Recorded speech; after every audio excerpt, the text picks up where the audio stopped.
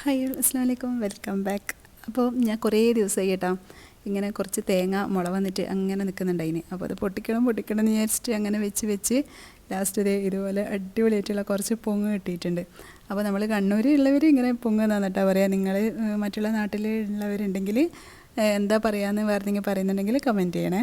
അപ്പോൾ അത് നമുക്ക് ഈ ഒരു തേങ്ങയിൽ നിന്ന് എടുത്തിട്ട് നന്നായിട്ട് തന്നെ കഴുകി വൃത്തിയാക്കിയിട്ട് ചെറിയ പീസാക്കിയിട്ട് കട്ട് ചെയ്തിട്ടെടുക്കാം.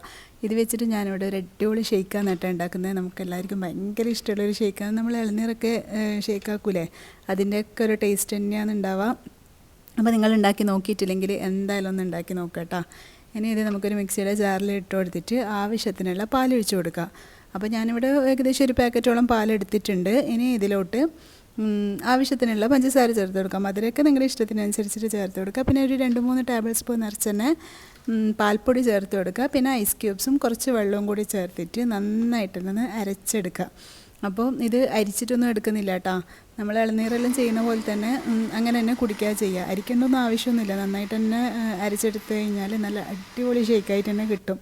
അപ്പോൾ ഞാൻ ഇതിലോട്ട് കുറച്ചൊരു വാനില എസൻസ് ചേർത്ത് കൊടുക്കുന്നുണ്ട്. ഇത് വേണമെങ്കിൽ മാത്രം ചേർത്താൽ മതി. പക്ഷേ ഇത് ചേർത്ത് കഴിഞ്ഞാൽ ആ ഒരു ഒറിജിനൽ ടേസ്റ്റ് അല്ല കേട്ടോ ഉണ്ടാവുക. നമ്മൾ വാനില എസൻസ് ഒക്കെ ചേർക്കുമ്പോൾ ഒരു ചെറിയൊരു വേറൊരു ടേസ്റ്റും കൂടി അതിലേക്ക് വരും. അതുകൊണ്ട് ഇത് ചേർക്കണമെന്ന് ഒരു നിർബന്ധമില്ല. നമ്മൾ ഇളനീരൊക്കെ ചെയ്യുന്ന പോലെ അത് എസൻസ് ഒന്നും ഇല്ലാണ്ട് തന്നെ നമുക്ക് ചെയ്തെടുത്താൽ അത് നല്ല ടേസ്റ്റ് ആവും കേട്ടോ. അപ്പോൾ അതേ നമ്മുടെ അടിപൊളിയായിട്ടുള്ള ഷേക്ക് ഇവിടെ റെഡി ആയിട്ടുണ്ട്. ഞാൻ കുറച്ച് ലൂസിലാണ് ആക്കിയിട്ടുണ്ടായിന്. നമുക്ക് ദാഹിക്കുമ്പോൾ നല്ല വലിച്ചു കുടിക്കാൻ ഇതല്ല, നല്ല കട്ടിയിൽ നിങ്ങൾക്ക് ആക്കണമെന്നുണ്ടെങ്കിൽ ഒരു വെള്ളമൊന്നും ചേർക്കാണ്ട് കുറച്ച് കട്ടിപ്പാൽ കട്ടയാക്കിയിട്ടൊക്കെ ചേർത്ത് കഴിഞ്ഞാൽ നല്ല കട്ടിയിലുള്ള ഷേക്കും നിങ്ങൾക്ക് ഉണ്ടാക്കാൻ വേണ്ടി പറ്റും. അപ്പം നല്ല ടേസ്റ്റ് ഉണ്ടായിന് കേട്ടോ. അപ്പോൾ ചെയ്യാത്തവരുണ്ടെങ്കിൽ എന്തായാലും ഒന്ന് ചെയ്ത് നോക്ക്. പിന്നെ ഞാനില്ല ഇന്ന് രാവിലെ ഇന്നലത്തെ ചപ്പാത്തി ബാക്കി ഉണ്ടായിട്ടുണ്ടായിന്. അതാണ് കേട്ടോ ഇന്ന് ബ്രേക്ക്ഫാസ്റ്റിന് കഴിച്ചിട്ടുണ്ടായത്. പിന്നെ ഇത് എഗ് ലബാബ്ദറാണ്. ഇതിൻ്റെ റെസിപ്പി ഞാൻ ഡീറ്റെയിൽഡ് ആയിട്ട് തന്നെ കൊടുത്തിട്ടുണ്ട്. ആർക്കെങ്കിലും വേണമെന്നുണ്ടെങ്കിൽ എൻ്റെ ഡിസ്ക്രിപ്ഷൻ ബോക്സ് ഒന്ന് ചെക്ക് ചെയ്ത് നോക്കിക്കോ. ഞാൻ അതിൽ ലിങ്ക് കൊടുക്കാം കേട്ടോ.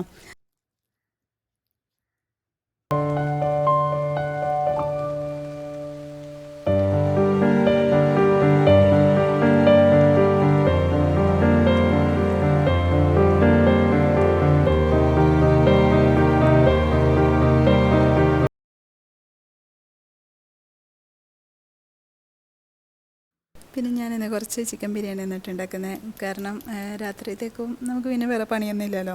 പിന്നെ എനിക്കിന്ന് ഉച്ചയ്ക്ക് ശേഷം ഒന്ന് പുറത്ത് പോകാനുണ്ടായിന്. അപ്പോൾ ഇത് വേഗം ആക്കി വെച്ച് കഴിഞ്ഞാൽ പിന്നെ വന്നിട്ട് ഫുഡ് ഉണ്ടാക്കണം എന്നുള്ള ആ ഒരു ടെൻഷനും ഉണ്ടാവില്ല. അപ്പോൾ അതുകൊണ്ട് വേഗം ഉണ്ടാക്കി വെക്കലാണ്. അതിന് വേണ്ടിയിട്ട് കുറച്ച് ഓയിലിലോട്ട് കുറച്ച് ഗീയും കൂടി ഒഴിച്ചു കൊടുക്കുക. അങ്ങനെ ആകുമ്പോൾ മസാലയ്ക്ക് നല്ല ടേസ്റ്റ് ഉണ്ടാവും കേട്ടോ. പിന്നെ ഇവിടെ ഞാനൊരു 3 വലിയ സവോളയാണ് എടുത്തിട്ടുള്ളത്. അതിൽ ഇതിൻ്റെ ഈ ഒരു എന്താ പറയുക ബിരിയാണീൻ്റെ ഡീറ്റെയിൽഡ് വീഡിയോ ഞാൻ അതുപോലെ തന്നെ വേറൊരു വീഡിയോയിൽ ഡീറ്റെയിൽഡ് ആയിട്ട് തന്നെ കൊടുത്തിട്ടുണ്ട്. അപ്പോൾ നിങ്ങൾക്ക് വേണമെങ്കിൽ ഒന്ന് ചെക്ക് ചെയ്ത് നോക്ക്. ആവശ്യമുണ്ടെങ്കിൽ മാത്രം. ചിക്കൻ ബിരിയാണിയൊക്കെ എല്ലാവർക്കും ഉണ്ടാക്കാൻ അറിയുന്നത് തന്നെയല്ലേ. അതുകൊണ്ട് ഞാൻ പിന്നെ അതിൻ്റെ ഡീറ്റെയിൽഡ് ആയിട്ടൊന്നും കാണിക്കുന്നില്ല. ഞാൻ ഉണ്ടാക്കിയത് ജസ്റ്റ് ഒന്ന് വീഡിയോ എടുത്തത് മാത്രമേ ഉള്ളൂ കേട്ടോ. പിന്നെ നമ്മൾ ഈ ഒരു ഉള്ളിയില്ലേ, നമ്മൾ ഏത് മസാല ഉണ്ടാക്കുന്നതാണെങ്കിലും ഉള്ളി നന്നായിട്ട് വഴഞ്ഞതിന് ശേഷം മാത്രമേ നമ്മൾ ഈ ഇഞ്ചിയും വെളുത്തുള്ളിയും അതൊക്കെ ഇട്ട് കൊടുക്കാൻ വേണ്ടി പാടുള്ളൂ. കാരണം അങ്ങനെ ആകുമ്പോൾ അത് നല്ല ടേസ്റ്റ് ഉണ്ടാവുക. ആദ്യം തന്നെ ഓയിലോട്ട് ഇഞ്ചിയും വെളുത്തുള്ളിയൊക്കെ ചതച്ചത് ഇട്ട് കൊടുത്തു കഴിഞ്ഞാൽ പെട്ടെന്ന് അങ്ങ് കരിഞ്ഞിട്ടില്ലെങ്കിലും ആ ഒരു എന്താ പറയുക ഉള്ളിയിലൊന്നൊരു പിടിക്കാത്ത പോലെയാണ്. അപ്പോൾ ഫസ്റ്റ് ഉള്ളി ഇട്ട് കൊടുക്കുക.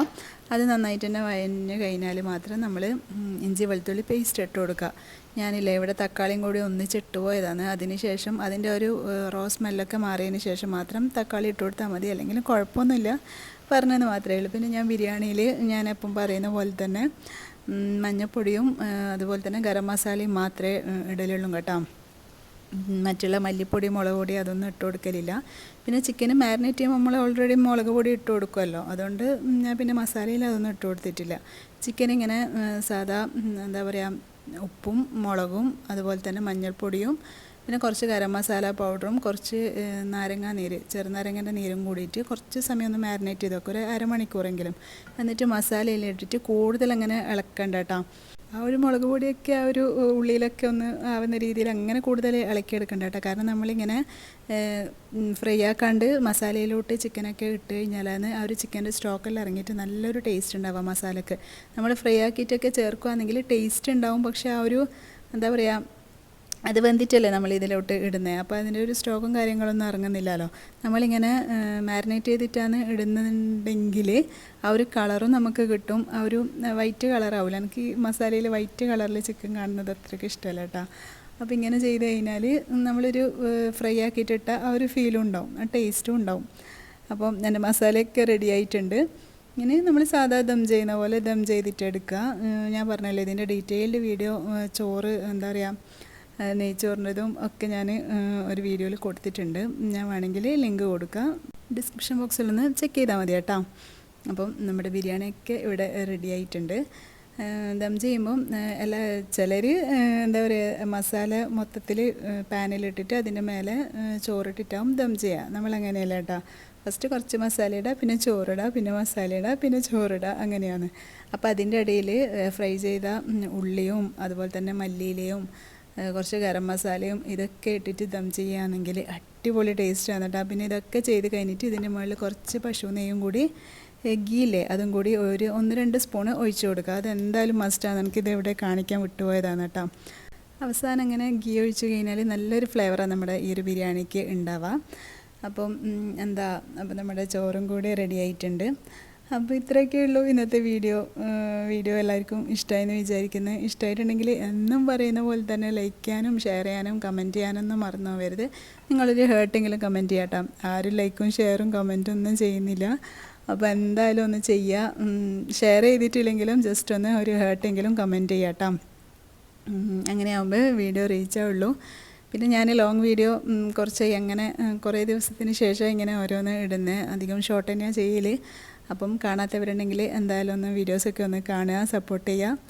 അപ്പോൾ ഇൻഷാ അല്ലാഹ് ഇനി നെക്സ്റ്റ് വീഡിയോയിൽ കാണാം. ബൈ. Thanks for watching.